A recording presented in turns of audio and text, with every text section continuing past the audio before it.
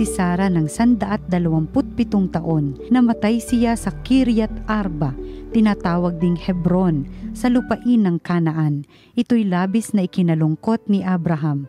Sandaling iniwan ni Abraham ang bangkay at nakipag-usap sa mga Heteo. Wika niya, "Ako'y nakikipamayan lamang sa inyo. Kung maaari, pagbilhan ninyo ako ng dakong mapaglilibingan sa aking asawa." At inilibing nga ni Abraham si Sara sa yungib na iyon sa Makpela, sa lupain ng Kanaan. Ito'y tinatawag ngayong Hebron. Matandang-matanda na noon si Abraham at pinagpapalang mabuti ng Panginoon. Sinabi niya sa pinakamatanda niyang alipin na kanyang katiwala, "Ilagay mo ang iyong kamay sa pagitan ng aking mga hita at manumpa ka. Ipangako mo sa akin sa ngalan ng Panginoon, ang Diyos ng langit at lupa, na hindi ka sa Kanaan pipili ng mapapangasawa ni Isaac. Pumunta ka sa bayan kong tinubuan at pumili ka sa aking mga kamag-anak doon ng mapapangasawa niya.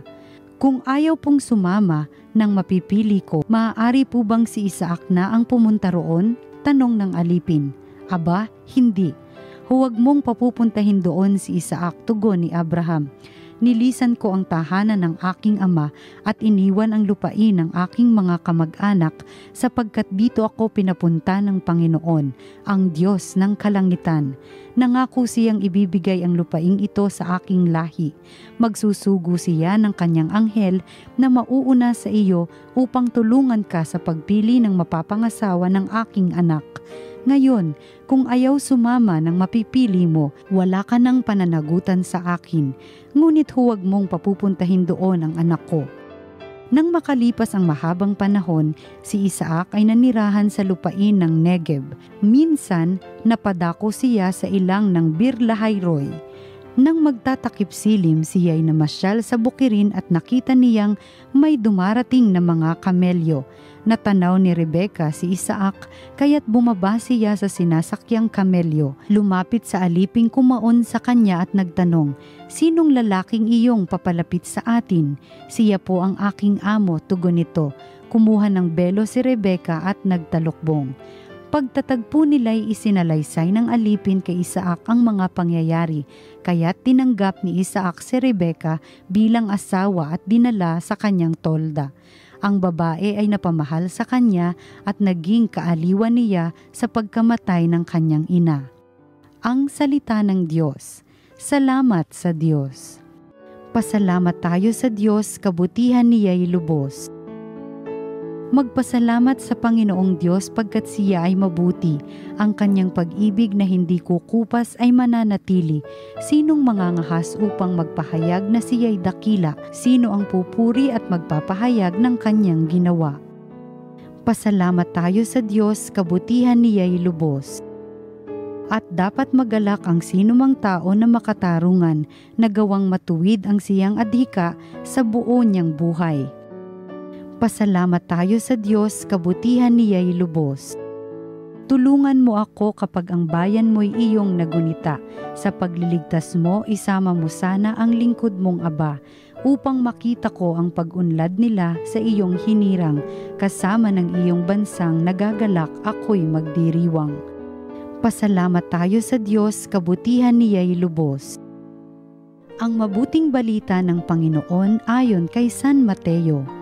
Noong panahong iyon, umalis si Jesus at sa kanyang paglakad, nakita niya ang isang taong ang pangalay Mateo. Nakaupo ito sa paningilan ng buwis. Sinabi ni Jesus sa kanya, "Sumunod ka sa akin." Tumindig si Mateo at sumunod sa kanya. Nang si Jesus at ang kanyang mga alagad ay nasa bahay ni Mateo, dumating ang maraming publikano at mga makasalanan, at sila'y magkakasalong kumain.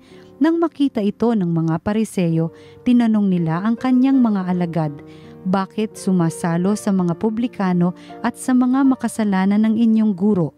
Narinig ito ni Jesus at siya ang sumagot, "Ang mga may sakit ang nangangailangan ng manggagamot, hindi ang mga walang sakit. Humayo kayo at unawain ninyo ang kahulugan nito. Habag ang ibig ko at hindi hain. Sapagkat naparito ako upang tawagin ang mga makasalanan, hindi ang mga banal." ang mabuting balita ng Panginoon. Pinupuri ka namin, Panginoong Hesukristo.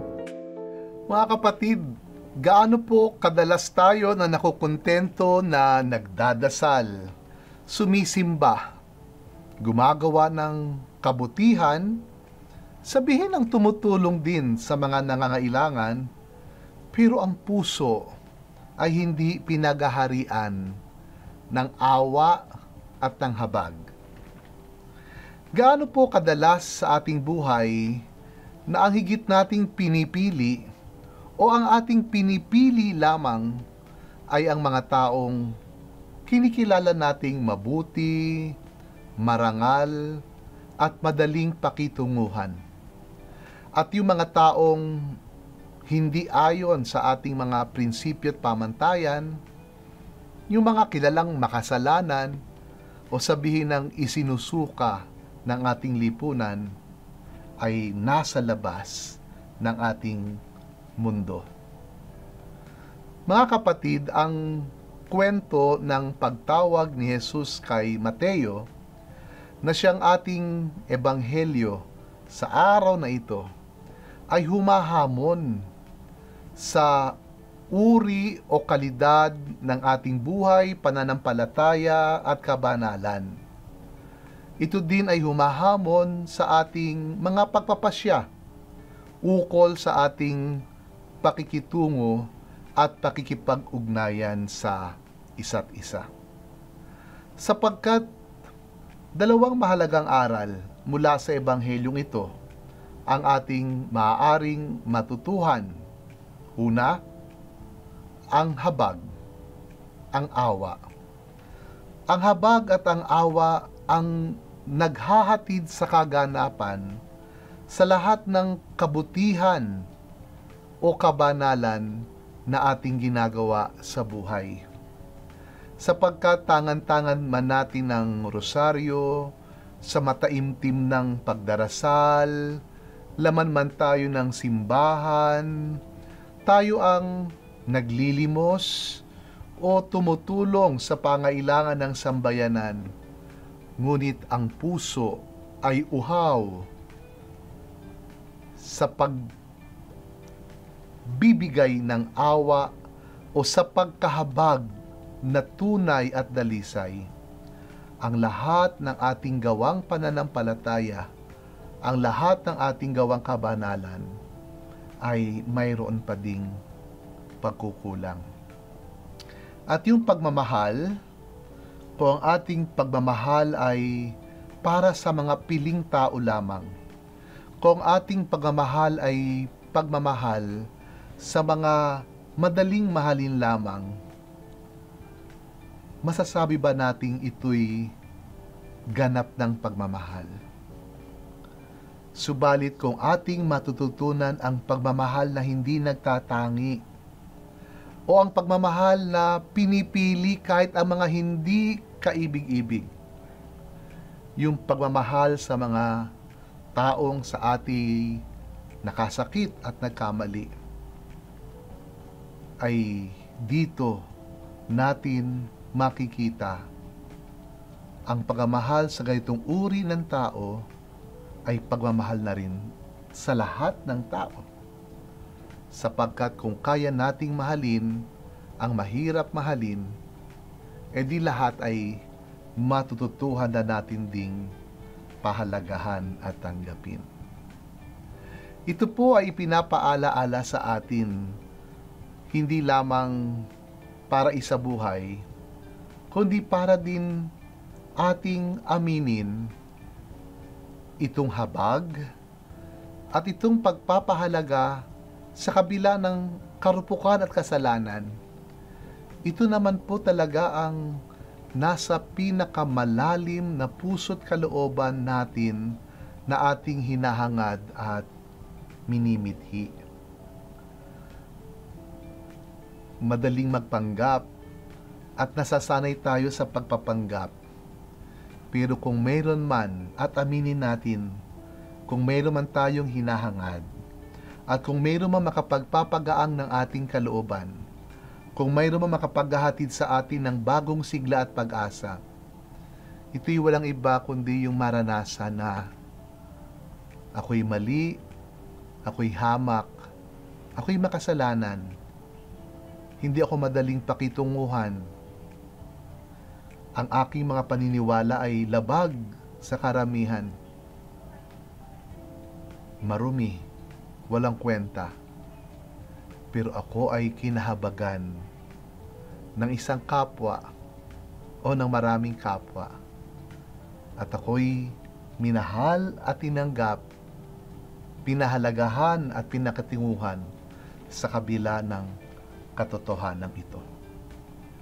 At sa pamamagitan ng habag at pagmamahal na ating natanggap mula sa ating kapwa, nagiging mas malinaw at konkreto at tayo kumbinsido sa habag at sa pagmamahal ng Diyos.